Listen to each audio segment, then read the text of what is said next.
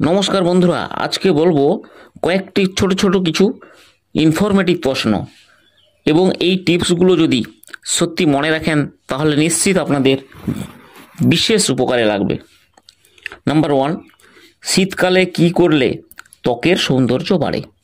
উত্তর, শীতকালে ত্বকে মধু ও দুধের স্বর ব্যবহার করলে ত্বকের সৌন্দর্য বাড়ে। নাম্বার 2, খালি পেটে কোন ফল খেলে পেটে বিষক্রিয়া সৃষ্টি হয়? উত্তর, খালি পেটে লিচু খেলে বিষক্রিয়ার সৃষ্টি হয়। নাম্বার 3, কোন রোগীদের লেবু চা অনেক বেশি উপকারী? ডায়াবেটিস রোগীদের লেবু চা অনেক বেশি উপকারী। নাম্বার 4, শীতকালে খুশকি দূর করতে কি করা উচিত?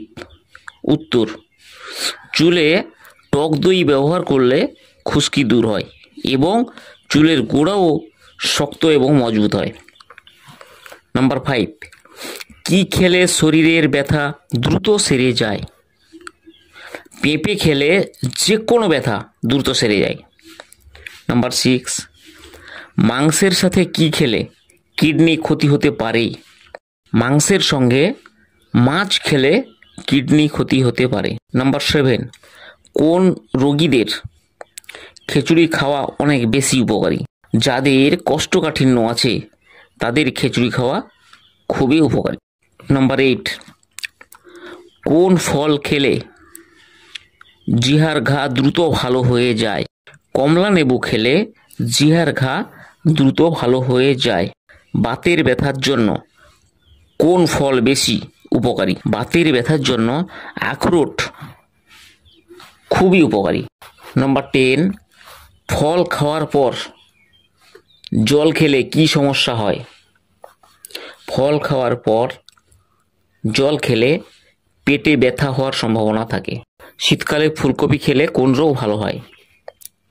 শীতকালে ফুলকপি খেলে হৃদরোগ ভালো হয়ে যায়। নাম্বার 12, রক্তদান করলে কোন রোগ ভালো হয়? রক্তদান করলে নানান রোগ থেকে মুক্তি পাওয়া যায় এবং হৃদরোগের ঝুঁকিও কমায়। ডায়াবেটিস নিয়ন্ত্রণে বেশি উপকারী খাবার কোনটি? ডায়াবেটিস নিয়ন্ত্রণে বেশি উপকারী খাবার পেঁয়াজ। কোন দুটি খাবার একসাথে খেলে হজমের সমস্যা হয়? শসা ও টমেটো একসঙ্গে খেলে হজমের সমস্যা বাড়ে। শরীরে আয়রনের অভাব বুঝবেন কি করে?